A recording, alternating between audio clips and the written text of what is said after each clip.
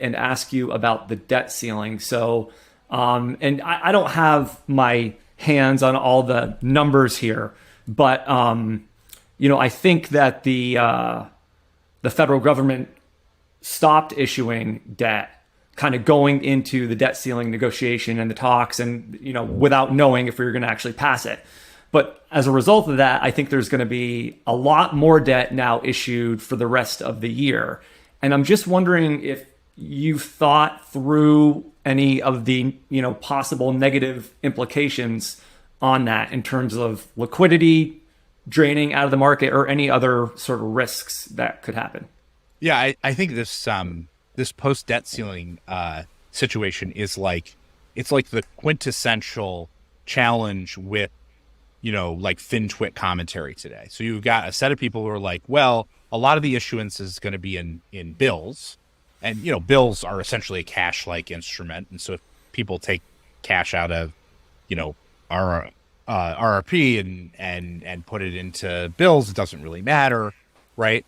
So they'll sort of sit there and they'll say, doesn't matter, right? And then there's other people who will talk about $1 trillion of TGA needs to get refunded, and this is a massive amount, and the world is going to come to an end and asset prices are going to fall apart, and this is the bear moment.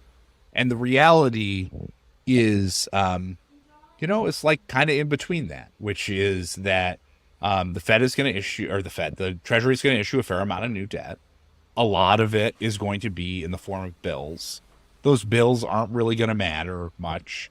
It'll probably draw down cash in other locations and have it flow into T-bills. But, because it's cash for cash like dynamics, it won't really matter for asset prices or anything like that. It'll just be like people shifting between cash assets and not really selling risky assets. At the same time, there's going to be a relatively significant amount of duration sales, which added to the continued quantitative tightening, which we all forget, almost $100 billion, a month of quantitative tightening just keeps coming, right? Or at least as high as that amount. It just keeps coming into the market. And so each month, basically, you've got to find people to buy those incremental bonds.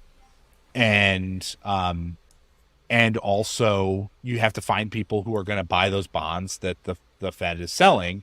And, those people are going to have to typically take money out of risky assets in order to do so.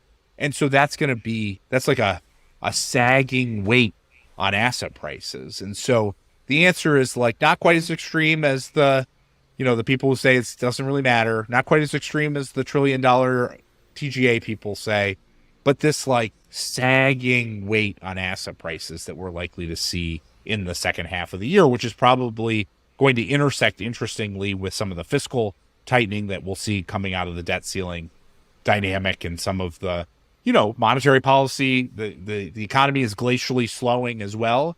And so, that might all sort of we might wake up November 1st and say, the economy is now, slowed enough to be a more meaningful, to be meaningful at that point.